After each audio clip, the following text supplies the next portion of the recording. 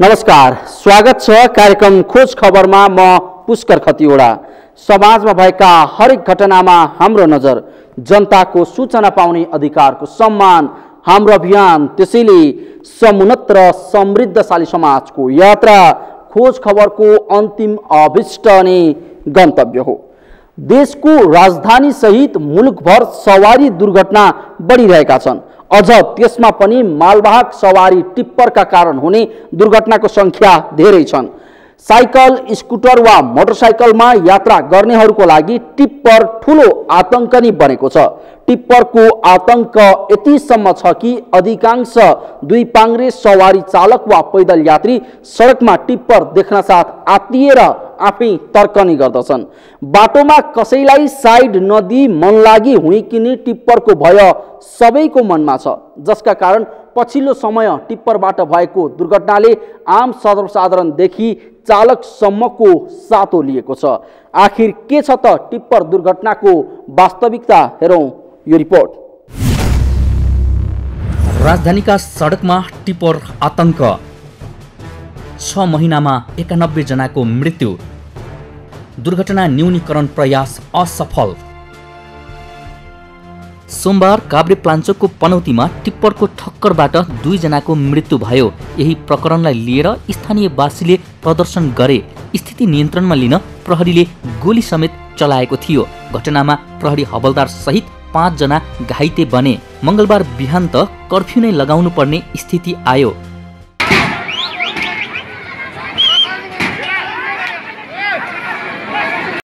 Tipper तथा ट्रकको ठक्करबाट मानिसको मृत्यु भएको यो घटना नौलो भने होइन। पटक पटक दुर्घटनाका खबर दोहोरिरहेका छन्।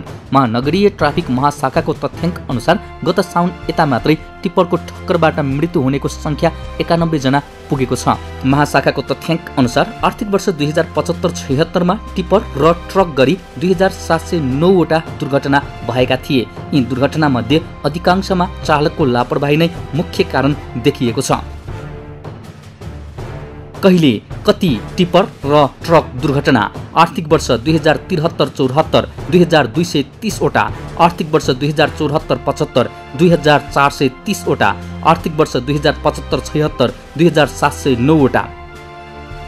ट्राफिक महाशाखाका अनुसार दिउँसोको समयमा टिप्पर चलाउन बन्द गरे पनि दुर्घटना भने दोहोरी नै रहेका छन्। टिप्परमै कुरा जाउँ, ट्रक र टिप्परमै त्यही दुर्घटना हुन्छ, असर गर्छ, क्षति पुर्याउन सक्छ भन्ने हिसाबले नै हामीले डे टाइममा टिप्पर चलाउन दिएको अवस्था छैन। बेलुकी 8 बजेपछि र बिहान 7 बजे अगाडिसम्म मात्रै टिप्पर चलाउन पाउँछ। र ती रातको समयमा पनि प्रहरीले राति प्रत्येक 39 वटा पोइन्ट रातमा चेक पोइन्ट थापेको हुन्छ। मापसेदेखि लिएर उसको सवारी कुन स्पिडमा छ, अन्य सवारी साधनको अवस्था कस्तो छ, लापरवाही कस्तो छ, सबै हेरेर यदि उसले त्यो नियम उल्लङ्घन गरेको छ भने ट्राफिक कारबाही गरिरहेको, जरिवाना गरिरहेको अवस्था छ र दैनिक जसो कारबाहीमा परि पनि रहेछन्। ट्राफिकको तर्फबाट गर्ने प्रयास, ट्राफिकले गर्ने काम दुरुस्त गरेको छ। यस्तो छ काठमाडौँको अवस्था। काठमाडौँ उपत्यकामा बेलुका 8 बजेपछि र बिहान 7 बजे अघि मात्रै टिप्पर चलाउन पाउने मापदण्ड तोकिएको 1.5 वर्षभन्दा बढी भएको छ। दिनभरि उपत्यकाका सडकमा टिप्परहरू देख्न पाइँदैनन्, तर जब बेलुका हुन्छ उपत्यका छिर्न लाइनै लागेर प्रवेश गर्ने टिप्परहरूको भयावह अवस्था सृजना हुन्छ। उपत्यका प्रवेश गर्ने प्रत्येक टिप्परले माल सामान मात्रै भित्र्याउँदैनन्, डर, त्रास र दुर्घटनाको अत्यास लाग्दो सकस पनि एकै पटक भित्र्याउने गर्छन्। फलस्वरूप उपत्यकामा रात्रिकालीन समयमा यात्रा गर्नेहरू ज्यान दाउमा राख्न बाध्य छन्। यिनीहरू अलिकति स्पिड पनि हुन्छ, पेलेर पनि चलाउँछ। अनि टिप्पर आएपछि हामी एम्बुलेन्सलाई भन्दा पनि उसलाई चाहिँ साइड दिएर हामी आफ्नो साइडमा बस्छौँ। अब अलिकति डरै हुन्छ। पहिले उनीहरूलाई साइड छोडिदिने, अब उनीहरू गइसकेपछि हामीले टर्न गर्ने अथवा कता गर्ने हाम्रो आफ्नो हिसाबले गर्ने हो। उनीहरूसँग त कम्पिटिसन गरेर सकिँदैन। पछिल्लो समय देशैभरि बढेका सडक दुर्घटनामा सबैभन्दा धेरै र दर्दनाक घटना टिप्परका कारण भएको तथ्यले बताउँछ। टिप्पर चालकले सवारी चलाउँदा पर्याप्त ट्राफिक नियम पालना नगर्ने, तीव्र गतिमा सवारी साधन चलाउने र अन्य सवारी साधनको हेलचेक्राइका कारण पनि दुर्घटनाको दर बढेको हो। ट्रिपरको दुर्घटना बढ्नुपर्ने कारणहरू धेरै भए तापनि महत्त्वपूर्ण 3टा कारणहरू म यहाँलाई जानकारी दिउँ। पहिलो कुरो त ट्रिपरको डिजाइन चाहिँ नि वैज्ञानिक छैन। किन डिजाइन वैज्ञानिक छैन भन्दाखेरि चालक बस्ने जुन क्याबिन छ, सिट र तपाईको व्हीलको जुन ग्याप छ त्यो 1 फिट हुनुपर्छ। तर नेपालका सडकहरुमा, काठमाडौँका खास गरेर सडकमा गुडिरहेका त्यो ट्रिपरको 4 फिटको क्याबिन र पाङ्ग्राको दूरी चाहिँ नि 4 फिटको छ, ग्याप छ। त्यसले गर्दा त्यो चालकले आफूभन्दा पछाडि आइरहेका सवारी साधनलाई चाहिँ नि सितिमिति देख्दैन। दोस्रो कुरो, ट्रिपरको लेन, कुन लेनमा ट्रिपरलाई मात्र गुड्न दिने त्यो पनि नियम चाहिँ नि छैन। पहिलो कुरो त त्यो सडकको पूर्वाधारै नभएको अवस्था छ हैन। त्यसमा पनि भएका पूर्वाधारमा पनि ट्रिपरहरूको लेन चाहिँ नि कुन लेनमा चाहिँ नि यिनीहरूको गतिलाई सीमित गर्ने भन्ने चाहिँ नि त्यो छुट्याइएको छैन। तेस्रो महत्त्वपूर्ण कुरा अझ के भन्दाखेरि अदक्ष चालक हैन, जुन चाहिँ नि ट्रिपर चलाउनको लागि योग्य छैनन्, ती चालकको उमेर, शारीरिक अवस्था र परीक्षा लिने, ट्रायल लिने जुन चाहिँ नि अहिलेको विद्यमान हाम्रो सिस्टम छ त्यो चाहिँ नि वैज्ञानिक छैन। यी 3टा कुराहरू विद्यमान रहेसम्म चाहिँ नि ट्रिपरको दुर्घटना काठमाडौँ भेडलीमा अथवा नेपालको कुनै पनि ठाउँमा चाहिँ नि रोकिँदैन। पैदल यात्रुले जेब्रा क्रसको प्रयोग नगर्नु, आकाशे पुल छँदा छँदै पुलमुनिबाटै सडक पार गर्नु तथा मोटरसाइकल चालकहरूको गलत रवैया पनि दुर्घटनामा जिम्मेवार छन्। यसबाहेक रात्रिकालीन समयमा चल्ने टिप्परहरूलाई निश्चित गति तोकिए पनि चालकहरूले त्यसको अवमूल्याङ्कन गर्दा दुर्घटना न्यूनीकरण हुन नसकेको ट्राफिक प्रहरीको ठहर छ। टोटल मृत्यु यसपालि काठमाडौँ भ्यालीको कुरा गर्नुपर्दा 118 जना भएको छ ट्राफिक सवारी दुर्घटनाबाट। भनेपछि टिप्पर दुर्घटनाबाट जम्मा 14 जना हो। हुन त 1 जना पर्दा पनि सम्बन्धित व्यक्तिलाई हुने क्षति अपूरणीय नै हुन्छ। हामी चाहन्छौँ कुनै पनि दुर्घटना नहोस् र कुनै पनि क्षति नहोस्। हामीले विभिन्न किसिम जस्तै ट्राफिक उज्यालो अभियान सञ्चालन गरेका छौँ, त्यसमा चालकहरू पनि पर्नुहुन्छ। पैदल यात्रीलाई त्यो विषयमा जानकारी गराएका छौँ। एकदम ध्यानपूर्वक बाटोमा हिँड्दिनु पर्यो, पेटीबाट बाटो काट्दा एकदमै चलाखी मतलब सावधानी भएर हिँड्न पर्यो। ग्रुपमा जेब्रा क्रसिङमा बाटो काट्न पर्यो। बिहान अँध्यारोमा झिसीमिसीमा हिँड्नुहुन्छ भने अलिकति उज्यालो किसिमको लुगा लगाएर हिँड्न पर्यो, उज्यालो बोकेर हिँड्न पर्यो, लाइट टर्चहरू बोकेर हिँड्न पर्यो। अनि त्यसपछि टिपरहरूले पनि, ट्रकहरूले पनि एकदमै अरूलाई असर पुग्ने गरेर त्यो एकदम हाई लाइटमा चलाउनु भएन, लो बिम लाइटमा चलाउनु पर्यो। त्यस्तै सवारी साधनको कन्डिसन ठिक हुन पर्यो भनेर हामीले यो सबै कुराहरू गरिरहेछौँ। गिट्टी बालुवा निकासी कर बापत जिल्ला समन्वय समितिले कर काट्ने गरेको तथ्याङ्कलाई हेर्दा दिनहुँ स्तरदर 4000 बिल काटिन्छन्। अर्थात् राजधानीको भौतिक निर्माणमा आवश्यक कच्चा पदार्थ आपूर्तिका लागि दैनिक 4000 वटा टिप्पर राजधानी आउजाउ गर्छन्। सरकारले लागू गरेको टाइम कार्ड अनुसार काठमाडौँ उपत्यकाका विभिन्न नाकाहरूमा दिनभर ढुङ्गा, गिट्टी र बालुवासँगै अन्य निर्माण सामग्रीले भरिएका टिप्पर रोकिन्छन्। जब बेलुका 8 बज्छ तब टिप्परले रिङ रोड भित्रको प्रवेश पाउँछन्। त्यसपछि एकसाथ सडक ढाकेर दौडन्छन्। दिनभर टिप्परमा बस्दा आलस्य बनेका चालक धुलो उडाउँदै हुइकिन्छन्। यतिसम्म कि राति 8 बजेपछि घर फर्कने यात्रु टिप्पर हुइकिएको देख्दा किनारा लगाएर टिप्परलाई बाटो छोड्नुको विकल्प देख्दैनन्। एकैपटक पुरै सडक ढाकेर आउने टिप्परले सडक कब्जा नै गर्छन्।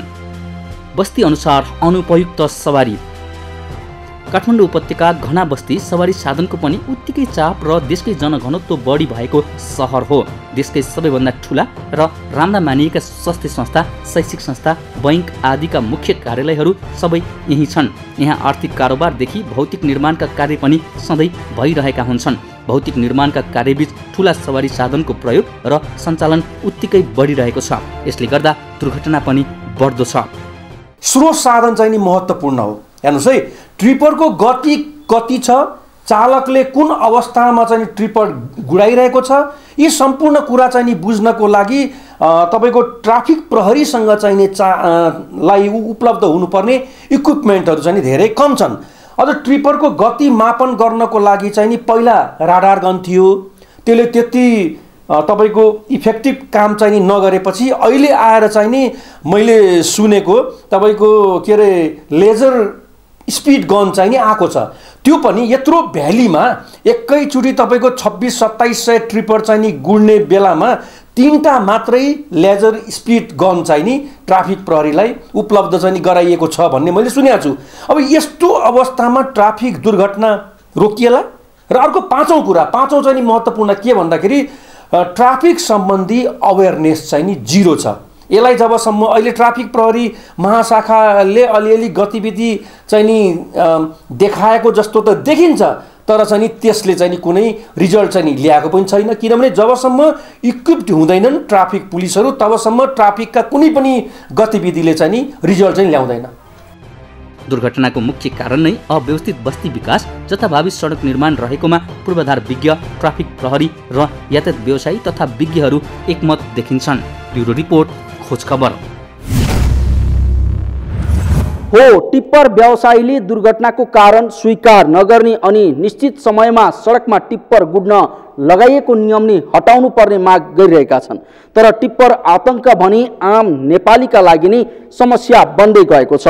यसको उचित समाधान खोज्न सरकारवाला निकायसँगै टिप्पर व्यवसायी र चालक पनि सचेत हुन आवश्यक छ। अन्यथा सर्वसाधारणले सडकमा ढुक्कका साथ यात्रा गर्ने वातावरण नबन्न सक्छ। कार्यक्रममा एकैछिन ब्रेकपछि अलपत्र परेको काठमाडौँको पुरानो बस पार्क स्थित निर्माणाधीन भ्यू टावरको वास्तविकता उजागर गर्नेछौँ, हेर्दै गर्नुहोला।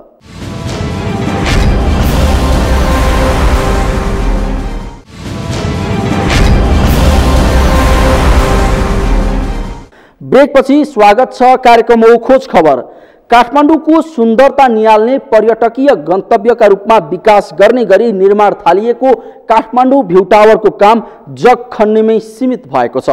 3 वर्षमा काम सक्ने गरी सम्झौता भएर निर्माण थालिएको भ्यू टावरको काम 6 वर्ष बित्दा समेत अघि बढ्न सकेको छैन। अहिले निर्माणको जिम्मा लिएको ठेकेदार कम्पनी कामै नगरी चुपचाप बसेको छ भने निर्माणको ठेक्का दिने सरकारी निकाय पनि मुखदर्शक बनेको छ।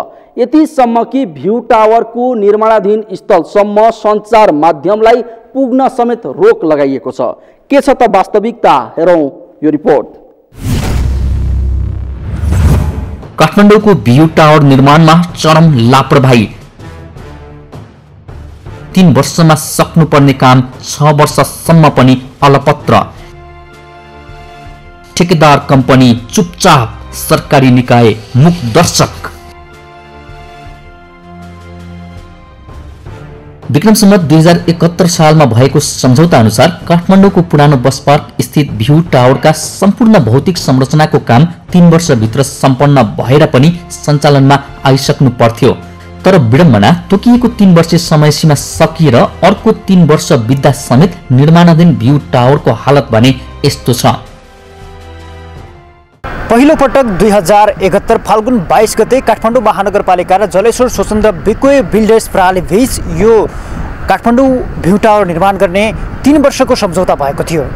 तर त्यस यता फेरि अर्को 3 वर्ष पनि बितिसकेको छ, तर काठमाडौँ भ्यू टावर अहिलेसम्म निर्माण हुन सकेको छैन। पहिलो पटक भएको निर्माण सम्झौता अनुसार कुनै पनि किसिमको काम नगरी अलपत्र पारेको जलेश्वर स्वच्छन्द बिकाई बिल्डर्स कम्पनीले दोस्रो पटक 2073 सालमा फेरि अर्को सम्झौता गर्यो। तर दोस्रो पटक पनि सामान्य जग खन्ने बाहेक अरू काम गर्न भने सकेको छैन। परिणाम करिब 7 अर्ब भन्दा धेरै लगानीमा बन्दै गरेको काठमाडौँ भ्यू टावर निर्माण पक्षको चरम लापरवाहीको शिकार बन्न पुगेको छ। होइन, सम्झौता 71 मा भयो, लगभग 72 तिर चाहिँ कार्य आदेश दिएको देखिन्छ हैन सम्झौतामा। अब 72 सालदेखि 5 वर्ष भनेको 77 सालसम्म उसको रहन्छ हैन। त्यसकारण चाहिँ जहाँसम्म लाग्छ मैले भने 1 वर्ष जति उसको चाहिँ बाँकी छ करिब। अब उसले 1 वर्षभित्र चाहिँ सम्झौतामा उल्लेख भएअनुसारको चाहिँ संरचना उसले निर्माण गर्नुपर्छ। गर्न सक्छ त सर? होइन, त्यही त सक्ने नसक्ने अब हामीले प्राविधिक रिपोर्ट चाहिँ हामीले मागिरहेछौँ। त्यो प्राविधिक रिपोर्ट चाहिँ हामी लिन खोजिरहेछौँ कन्सल्टेन्सी मार्फत। त्यो पनि स्वतन्त्र कन्सल्टेन्सी हुन्छ, महानगरको हुँदैन, छुट्टै हुन्छ। त्यसले रिपोर्ट दिएको अनुसार हामी अगाडि बढ्छौँ। हुन पनि काठमाडौँको पुरानो बस पार्क क्षेत्र विगत 7 वर्षदेखि भ्यू टावर निर्माणका नाममा कम्पनीले कब्जा गरेको छ। संरचना निर्माणका नाममा कम्पनीले पटक पटक काम अलपत्र पार्दा पनि सरकारले नजरअन्दाज गर्दै आएको छ। तर यसरी काम अलपत्र छाडेको जलेश्वर स्वच्छन्द बिकोई कम्पनीले यसबारे प्रतिक्रिया नदिन उर्दिनै जारी गरेको छ। यतिसम्म कि निर्माण स्थल पुग्न समेत सञ्चार माध्यमलाई रोक लगाइएको छ। यस अघि पनि महानगरकै मिलेमतोमा भ्यू टावर निर्माण कम्पनीका ठेकेदार मनोज भेटवालले खुला मञ्च कब्जा गरी संरचना निर्माण गरेको तथ्यले भ्यू टावर निर्माणप्रति महानगरको नियतमाथि पनि शङ्का उब्जाएको छ। तर पछिल्लो समय महानगरमा समेत दबाव पर्न थालेपछि कम्पनीको ढिलासुस्ती, सम्झौता अनुसारको गुणस्तरीय निर्माण लगायतका विषयमा छानबिन गर्ने महानगरले जनाएको छ। उसले कति काम गर्यो, अब उसको क्वालिटीको विषय, कामको विषय सबैको लागि चाहिँ एउटा चाहिँ के भन्दा त्यो प्रतिवेदनको लागि एउटा स्वतन्त्र कन्सल्टेन्सी हायर गर्ने भनेर निर्णय भएको छ महानगर कार्यपालिकाको तर्फबाट हैन। अब त्यो प्रक्रिया अगाडि बढिरहेको छ र त्यो कन्सल्टेन्सी हायर भइसकेपछि त्यसको चाहिँ सबै रिपोर्ट उसले चाहिँ महानगरलाई उपलब्ध गराउँछ। अब महानगरलाई उपलब्ध गराइसकेपछि अब उसको समयमा काम सकिने नसकिनेदेखि लिएर क्वालिटीका कुराहरू, अहिले भएका गरेका कामहरू सबै रिपोर्ट आइसकेपछि त्यो हामी कार्यपालिकामा छलफल गर्छौँ। अनि त्यसपछि के गर्ने भन्ने कुरो त्यसपछि निर्णय चाहिँ हुन्छ। उपत्यकाको मुटुमै अवस्थित 24 रोपनी क्षेत्रफलमा बन्न थालेको 29 तले भ्यू टावर अहिले भूकम्पपछि बनेको शहरी मापदण्ड अनुसार भने 12 तलामा सीमित हुने भएको छ। तर 12 तलाको नक्सा पास गरेर 29 तला नै निर्माण गर्ने गरी जग बसालेको कम्पनीको बदमाशीप्रति सरकारले पनि ध्यान पुर्याउन सकेको छैन। यस अघि पनि सार्वजनिक जग्गामा निजी व्यवसायीलाई पोस्नकै लागि काठमाडौँ भ्यू टावर निर्माण गर्न लागि भनेर विवाद भएको थियो। सम्झौता अनुसार 30 वर्षसम्म टावर निर्माण पक्षले सञ्चालन गरेपछि मात्रै महानगरलाई हस्तान्तरण गर्नेछ। त्यसो त उपत्यका नियाल्न मिल्ने यो टावर व्यावसायिक भवनका रूपमा यसको निर्माण गरिँदैछ। तर पटक पटकको लापरवाही र ढिला सुस्तीले भ्यू टावर चढ्न अझै 10 वर्ष कुर्नुपर्ने सत्यतालाई पनि नकार्न सकिँदैन। खोज खबरका लागि क्यामेरामा सृजन श्रेष्ठका साथ सन्तोष बिके थापाको रिपोर्ट। हो, पहिलो पटक भएको निर्माण सम्झौता अनुसार कुनै पनि किसिमको काम नगरी अलपत्र पारेको जलेश्वर स्वच्छन्द बिकाई बिल्डर्स कम्पनीले दोस्रो पटक 2073 सालमा फेरि अर्को सम्झौता गर्यो। तर दोस्रो पटक पनि सामान्य जग खन्ने बाहेक अरू काम गर्न सकेको छैन। परिणाम करिब 7 अर्ब भन्दा धेरै लगानीमा बन्दै गरेको काठमाडौँ भ्यू टावर निर्माण पक्षको चरम लापरवाहीको शिकार बन्न पुगेको छ। यसतर्फ सरकारवाला निकायको ध्यान पुग्न आवश्यक देखिन्छ। हवस् त आजका लागि कार्यक्रम खोज खबर यति नै। कार्यक्रम खोज खबरका विषयमा कुनै प्रतिक्रिया छन् भने हामीलाई खोजखबर@sagarmatha.tv मा इमेल गर्न सक्नुहुन्छ अथवा फोन नम्बर 0157076074 मा फोन पनि गर्न सक्नुहुन्छ। लुकेका र लुकाइएका खबर निरन्तर जारी छ। नेपालको पहिलो न्युज च्यानल सगरमाथा टेलिभिजन हेर्दै गर्नुहोला। नमस्कार।